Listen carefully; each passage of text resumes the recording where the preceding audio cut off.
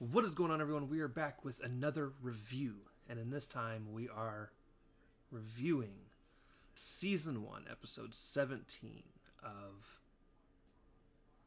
The Twilight Zone. Please remember, if you check the description, the link in the description below, because dyslexia is a thing. There's a Patreon link. If you want to get everything a full week earlier, hop on over to the Patreon, check it out. And yeah. With that being said, though, so this was directed by Robert Flory, written by Rod Serling, and was released January 29th, 1960. So, to give you the rundown of what happens in the fever, Franklin and his wife had won a trip to Vegas, a 3-day, 2-night, all expenses paid.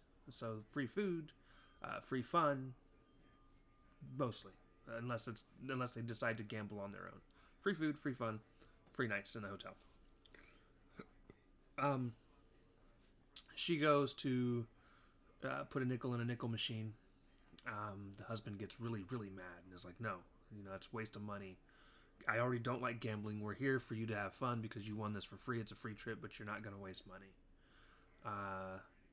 And she's like, "But I've already put the nickel in the machine." And he says, "Go ahead and do it this one time. Throw the money away, but never again."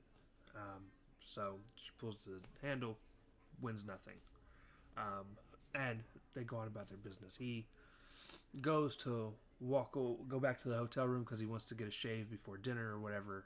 He wants to do something. I don't remember what it was. And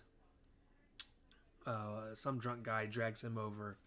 And he's like, "Here, play this next thing for me while I go see the wife or whatever." And Franklin's like, "No, I don't want anything to do with it." And he gives him the nickel. He puts the nickel in Franklin's hand, uses Franklin's hand to put it in the machine, and then tells him to just pull the handle, and he walks off. So his wife sits there and watches him from over the place. Franklin doesn't want to. He hesitates after about 10-15 seconds of hesitation. He finally pulls the handle and wins like $10 or some crap like that, because that's not a nickel machine. This is like a silver dollar, an actual full dollar machine. So the wife comes over and she's all excited that he won, and he's like, "But we're not like other people. We're going to take our money and we're going to go. We won. We're done." They walk away. As he walks away, he hears something go, "Franklin," with a I don't know if I can do that again ever. It kind of sounds like a slot machine in the background when it says it, and he looks back as he walks away, and it's like the machine's talking to him. They walk out. They go to the bedroom. He goes to they're sleeping for the night, and he sees the money, keeps hearing something say Franklin, and every time it says Franklin, he looks back at the money, and the pile of money grows on the desk. So he's already lost his mind. He's getting the fever, the itch. He then tells his wife that he's going to go redeposit the money back into the machine because it's immoral to take blood money, or whatever he calls it. He goes back in, starts feeding the dollars into the machine, and not only does he feed the dollars that they'd won into the machine, he then makes several trips over to get money. And majority of the rest of the episode is him feeding money into the slot machine, him yelling at his wife for trying to stop him, and just making a complete and utter ass out of himself.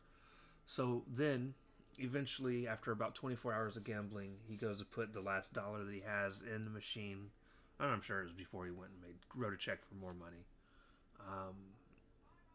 As he does, he goes to pull the handle. The handle doesn't go down all the way. It stalls up, and then all of a sudden, that's pretty much how that goes. That stalls. It basically breaks down. He gets super pissed off. He pushes the machine over. He's carried out. And as he's carried out, they pick the machine up, hanging out of order sign on it. See, I thought what was going to happen was he was going to run out of money, and whoever the next person that came up was going to pull the machine, or pull the handle, and win the $10,000. I'm glad they didn't go that route, because that's extremely predictable. So that's good. So anyways, he goes on, and they're in the hotel room. He can't sleep. The wife asks him what's wrong, and he goes on to talk about how the machine is evil, how it's an actual living being, and that it purposefully stopped working right before he was about to win the $10,000. All of a sudden, he hears the machine calling his name again.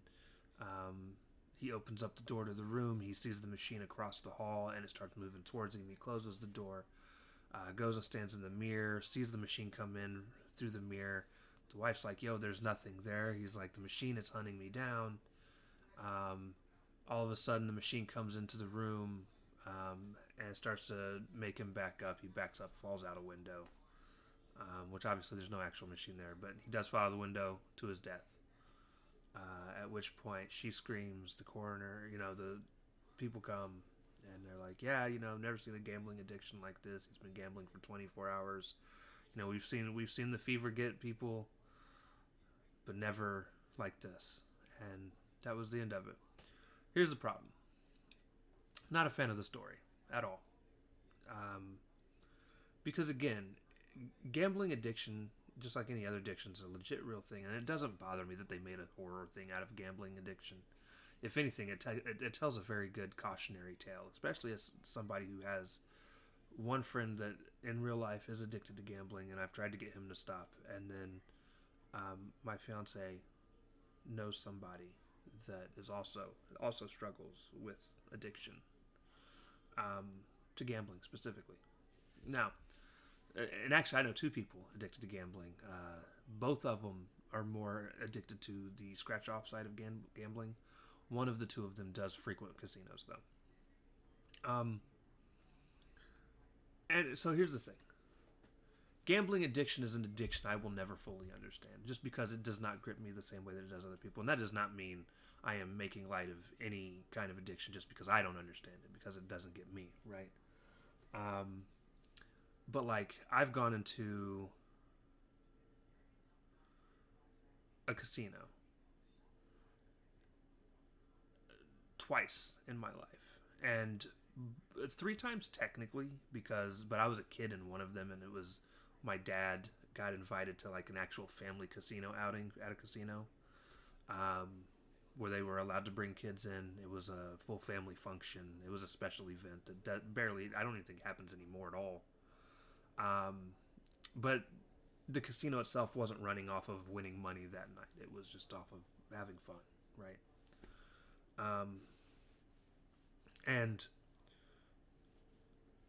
But the 2 times as an adult that I've gone, both times I go in with a limit that I'm only going to spend. The first time I went was 50, second time it was 100, right? And that was it. I'm pretty sure both times I ended up walking out with more money than I had left, but both times we're talking not much more. Like the time I had 50, I walked out with like 60 or 70 bucks total. So I only made like 20 bucks on the night, and then the time I walked in with 100, I think I walked out with like 130. So I only won like 30 bucks on the night. And both times it pretty much starts off the same, right? I go in, I start to lose, and when I'm down to my last couple of dollars or whatever, I kind of hit a hot streak on a machine, and then walk out with a little bit more than what I came in, and then I quit because I don't. It doesn't grip me the way that it seems to grip people. Like, I don't get that adrenaline rush from winning money like that, because I also know that it's just always in the back of my mind. Like, I know that it can go cold, and I know that you can lose more money than you can win. I've seen it happen to so many people. So I'm like, is it cool that I walked out with $30 more or $20 more? Sure. Is it? I would rather sit at home and play video games. I'm just being honest. At least I'm not around people. So yeah, I don't know.